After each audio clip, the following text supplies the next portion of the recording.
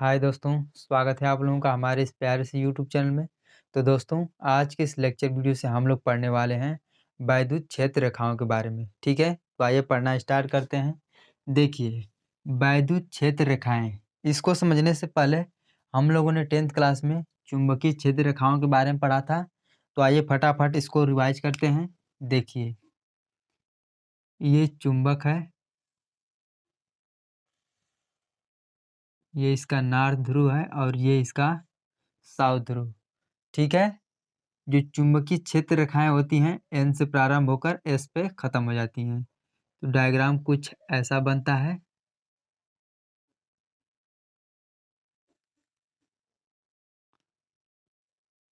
ठीक है,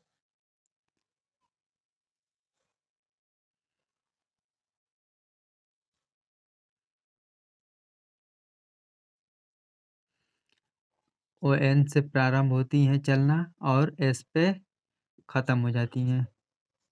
ठीक है मित्रों, ये जो चुंबकीय क्षेत्र रेखाएं हैं हमारे द्वारा बनाई गई हैं, इसलिए ये काल्पनिक है, लेकिन ये वास्तविक चुंबकीय क्षेत्र को प्रदर्शित करती हैं।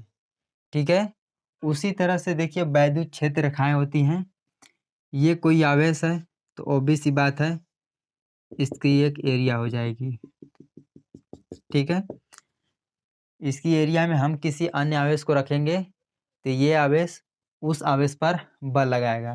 ठीक है, तो ये जिस एरिया में उस आवेश पर बल लगाएगा उसको हम लोग बोलते हैं वैद्युत क्षेत्र। ठीक है, तो देखिए वैद्युत क्षेत्र रेखाएं कुछ ऐसी होती हैं। ये कल्पना मात्र होती हैं, लेकिन ये वास्तविक वैद्युत क्षेत्र को प्रदर्शित करती हैं। ठीक है, ये वास्तविक वैद्युत क्षेत्र को प्रदर्शित करती हैं।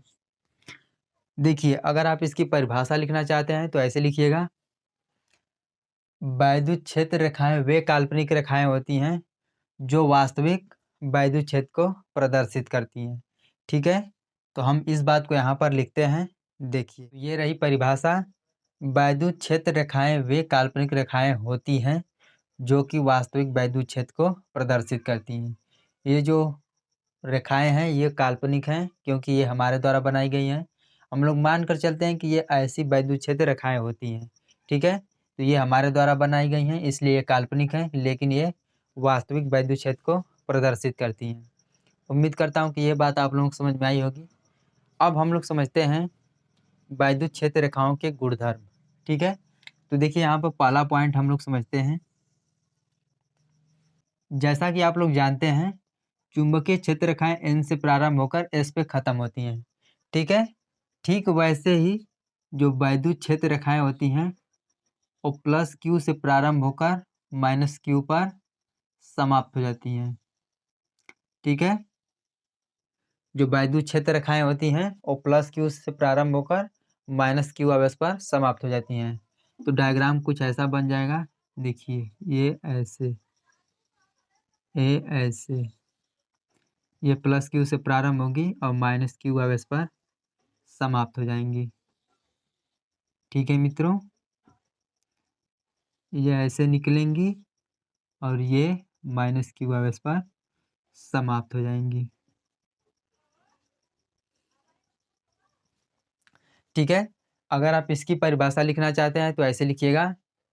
दो विपरीत आवेश के कारण जो वैद्युत क्षेत्र रेखाएं होती हैं वो प्लस क्यू से प्रारंभ होकर माइनस क्यू आवेश पर समाप्त हो जाती हैं। तो इस बात को हम यहाँ पर लिखते हैं।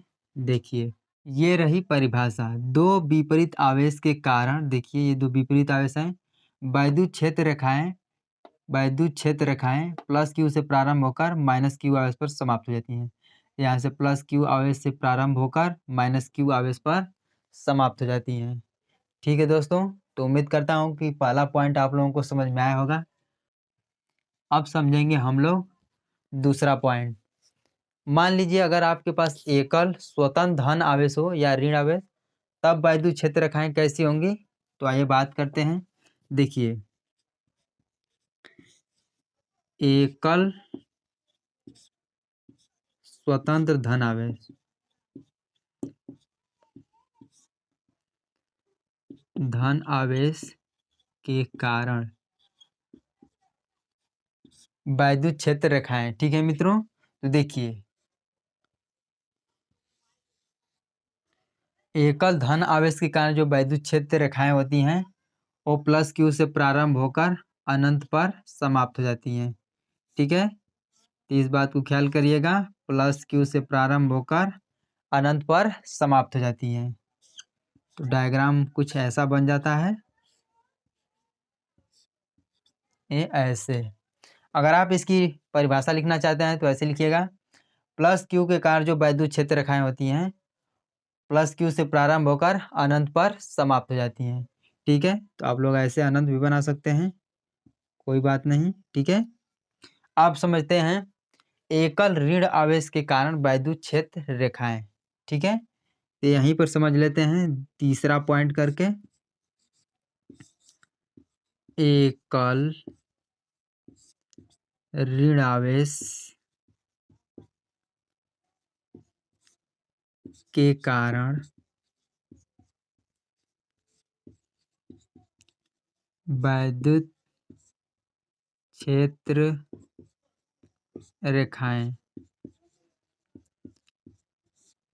देखिए अगर आपके पास कोई माइनस क्यू आवेश है, अगर आपसे कोई पूछ दे कि माइनस क्यू आवेश के कारण जो वैद्युत क्षेत्र रेखाएं होती हैं कैसी होती हैं, ठीक है, तो देखिए माइनस क्यू आवेश के कारण जो वैद्युत क्षेत्र रेखाएं होती हैं अनंत से प्रारंभ होती हैं और माइनस क्यू आवेश पर समाप्त हो जाती हैं।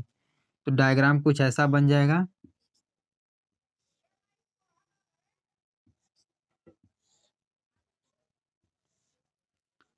ठीक है मित्रों, तो आप लोग देख पा रहे होंगे डायग्राम को अच्छी तरह से।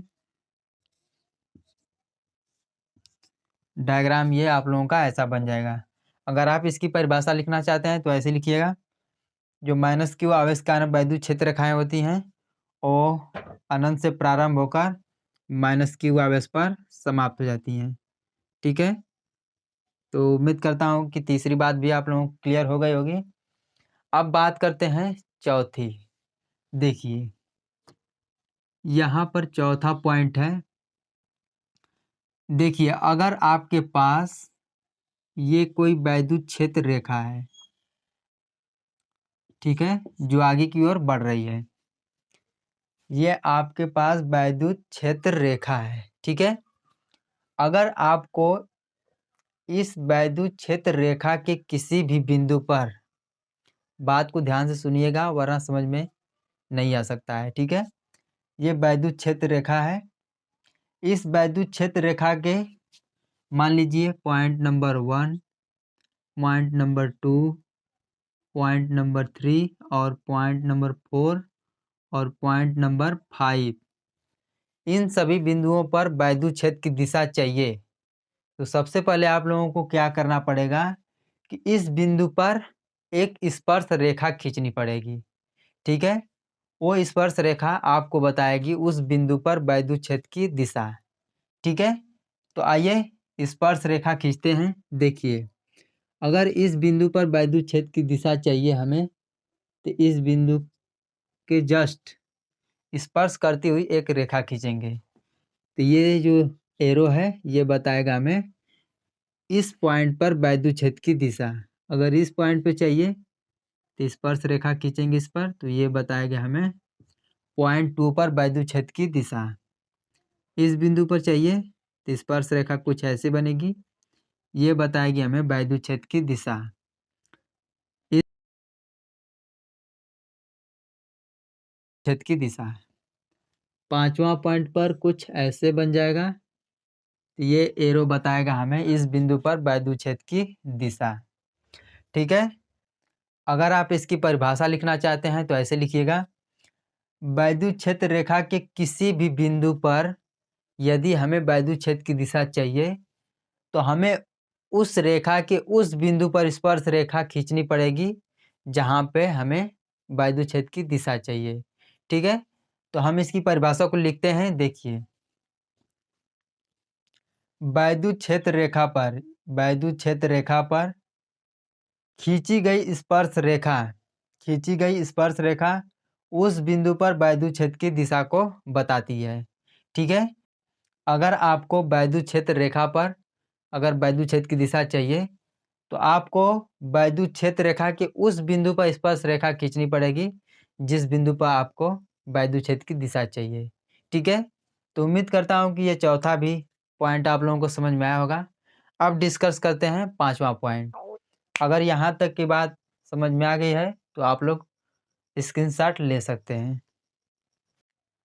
अब हम लोग समझेंगे पांचवा पॉइंट। ठीक है मित्रों, अब आप लोगों के सामने बात आती है कि क्या दो वैद्युत क्षेत्र रेखाएं एक दूसरे को काटती हैं? तो आप लोगों का आंसर होगा नहीं। दो वैद्युत क्षेत्र रेखाएं एक दूसरे को कभी भी नहीं काटती हैं। अगर काटेंगी तो हमें एक बिंदु पर दो दिशाएं प्राप्त होगी, क्योंकि ऐसा संभव नहीं है। तो आइए हम आप लोगों को डायग्राम के माध्यम से दिखाते हैं। देखिए, ये पहली वैद्युत क्षेत्र रेखा है और ये दूसरी। ये दोनों एक दूसरे को यहाँ पर काट रही हैं। ठीक है, अगर इसके हिसाब से इस पर हम स्पर्श रेखा खींचें तो कुछ ऐसे प्राप्त होगी। ठीक है, अगर इसके हिसाब से देखा जाए तो वैद्युत क्षेत्र की दिशा ऐसे प्राप्त होगी। ठीक है, तो वैद्युत क्षेत्र रेखा पर दो दिशा प्राप्त होना ये बात संभव नहीं है। ठीक है, तो इसलिए ये जो कंडीशन है ये फेल है। ठीक है मित्रों, तो आप लोगों से पूछा जाए कि क्या वैद्युत क्षेत्र रेखा पर दो दिशाएं प्राप्त हो सकती हैं, तो आप लोगों का आंसर होगा नहीं, क्योंकि वैद्युत क्षेत्र रेखा पर दो दिशा संभव नहीं है। अब हम लोग डिस्कस करते हैं छठवां पॉइंट।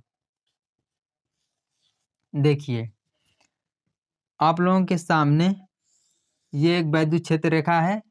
ठीक है, और ये एक वैद्युत क्षेत्र रेखा है, और ये ऐसे है, और ये ऐसे है, और ये ऐसे है। ठीक है, और ये एक और बना लेते हैं ऐसे। ये वैद्युत क्षेत्र रेखा है। ठीक है, अब हम लोग इस वैद्युत क्षेत्र रेखा में सेम एरिया का एक वृत्त बनाएंगे। आप लोगों को उसमें बताना है कहाँ पर वैद्युत क्षेत्र प्रबल है और कहाँ पर दुर्बल है। ठीक है, तो मान कर चलिए हम 5 सेंटीमीटर का एक वृत्त ले रहे हैं। ये हमारे पास 5 सेंटीमीटर का वृत्त है। यहाँ पर पॉइंट नंबर फर्स्ट और यहाँ पर पॉइंट सेकेंड पर हम लोग 5 सेंटीमीटर का वृत्त ले रहे हैं, जिसमें कि दो वैद्युत क्षेत्र रेखाएं आ रही हैं, 3 वैद्युत क्षेत्र। ठीक है मित्रों, अब यहाँ पर हम लोग ले रहे हैं 5 सेंटीमीटर का, यहाँ पर 2 आ रही है।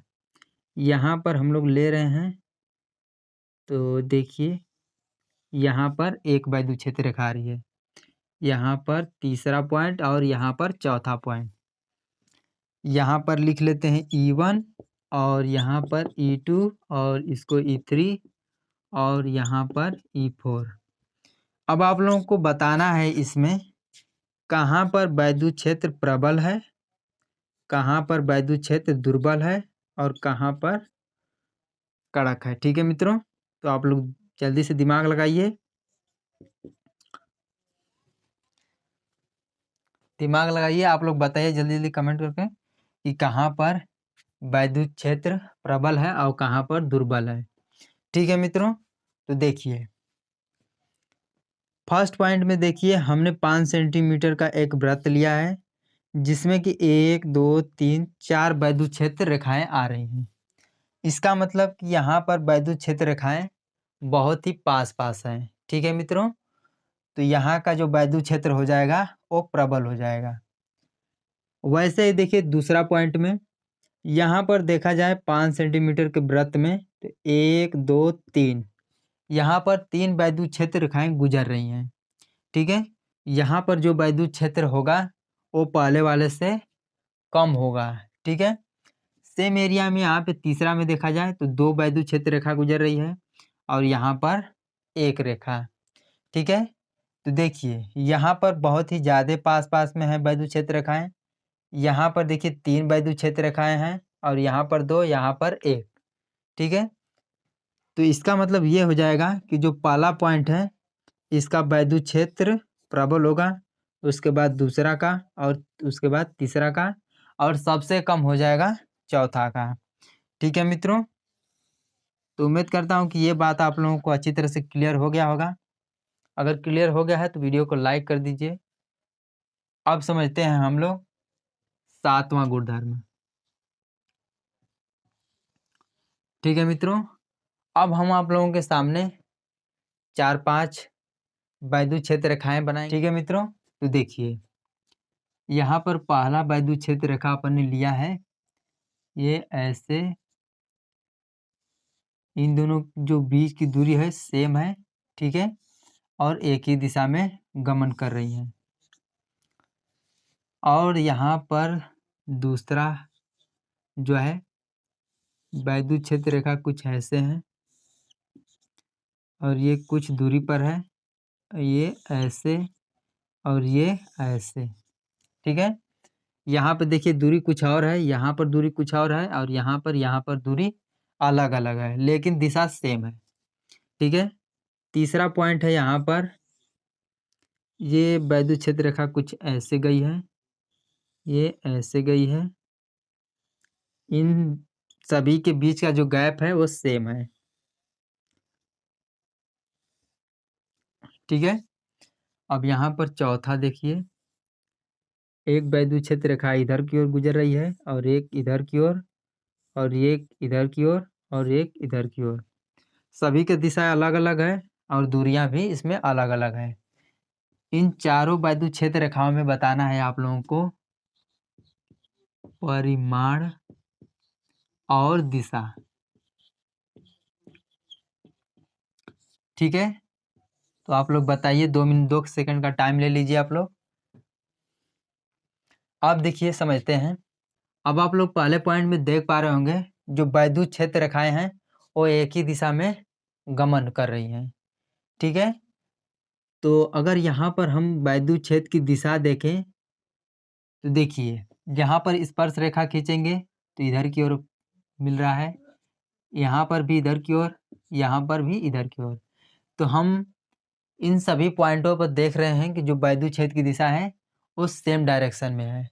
ठीक है, इस पर भी वही हो जाएगा, तो इसमें जो दिशा हो जाएगी वो नियत हो जाएगी, तो दिशा नियत। अब देखिए, अगर आपको परिमाण बताना है तो आपको देखना पड़ेगा सभी वैद्युत क्षेत्र रेखाओं के बीच का गैप।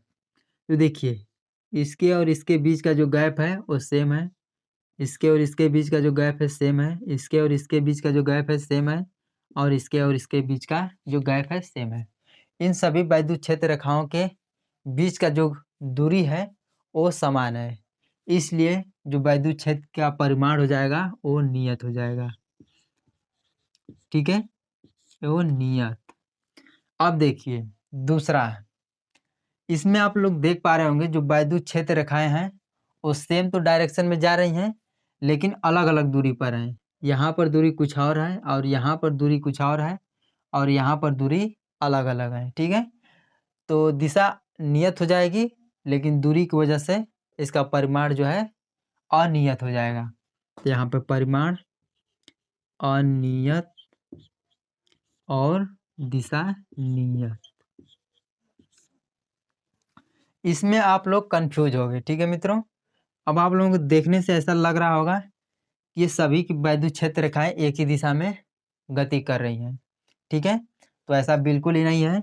देखिए, अगर आपको दिशा चाहिए तो इस वैद्युत क्षेत्र रेखा पर हम 2-4 पॉइंट्स लेकर वैद्युत क्षेत्र की दिशा निकाल लेंगे। तो यहाँ पर देखें वैद्युत क्षेत्र की दिशा, तो यहाँ पर स्पर्श रेखा खींचेंगे तो ऐसे कुछ मिलेगा, यहाँ पर खींचेंगे तो कुछ वैद्युत क्षेत्र रेखाएं ऐसे प्राप्त होंगी, और यहाँ पर वैद्युत क्षेत्र की दिशा कुछ ऐसे प्राप्त होगी।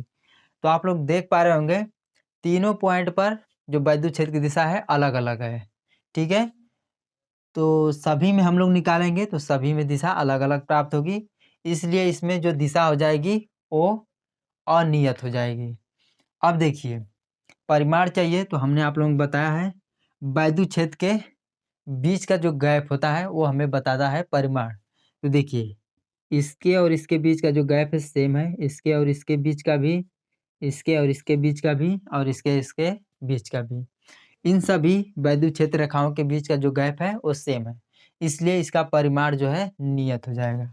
तो यहाँ पे परिमाण नियत हो जाएगा और यहाँ पर दिशा अनियत। ठीक है, अब चौथा पॉइंट में आप लोग देख पा रहे होंगे जो वैद्युत क्षेत्र रेखाएं हैं वो सभी अपने अपने डायरेक्शन में जा रही हैं। ये अलग डायरेक्शन में जा रही है, ये अलग डायरेक्शन में, ये भी अलग और ये भी अलग। ठीक है, तो आप लोग अच्छी तरह से फील कर पा रहे होंगे जो सभी की दिशाएं हैं वो अलग अलग हैं। ठीक है, और इन सभी का जो गैप है वो भी अलग अलग है। यहाँ पर कुछ और है, यहाँ पर कुछ और है और यहाँ पर कुछ और है। ठीक है मित्रों, तो इसमें जो दिशा और परिमाण हो जाएगा वो अनियत हो जाएगा। तो यहाँ पर लिखते हैं अनियत, और यहाँ पर भी अनियत। ठीक है मित्रों, तो उम्मीद करता हूँ कि ये चारों पॉइंट आप लोगों को समझ में आ गया होगा। एक पॉइंट और समझ लीजिए आप लोग। देखिए, अब आप लोगों के दिमाग में एक बात आ रही होगी, क्या वैद्युत क्षेत्र रेखाएं बंद लूप बनाती हैं? तो आप लोगों का आंसर होगा नहीं, क्योंकि जो वैद्युत क्षेत्र रेखाएं होती हैं वो प्लस क्यू से प्रारंभ होकर माइनस क्यू आवेश पर समाप्त हो जाती हैं, इसलिए वैद्युत क्षेत्र रेखाएं बंद वक्र नहीं बनाती हैं। ठीक है मित्रों, ये सबसे बड़ा लॉजिक है। ये बोर्ड वाले लगभग 1 नंबर में आप लोगों से क्वेश्चन पूछ लेते हैं। ठीक है मित्रों, तो उम्मीद करता हूँ कि वैद्युत क्षेत्र आप लोगों को अच्छी तरह से क्लियर हो गया होगा। आगे की आने वाली वीडियो में हम लोग पढ़ेंगे वैद्युत फ्लक्स। ठीक है, अगर वीडियो अच्छी लगी हो तो वीडियो को लाइक कर लीजिए, चैनल को सब्सक्राइब कर दीजिए और बेल आइकन को प्रेस करके हमसे जुड़ जाइए, ताकि मैं जब भी वीडियो बनाऊं तो सबसे पहले आप तक पहुंचता रहे। कल हम लोग पढ़ेंगे वैद्युत फ्लक्स। फिर मिलेंगे अगली वीडियो में, तब तक के लिए धन्यवाद।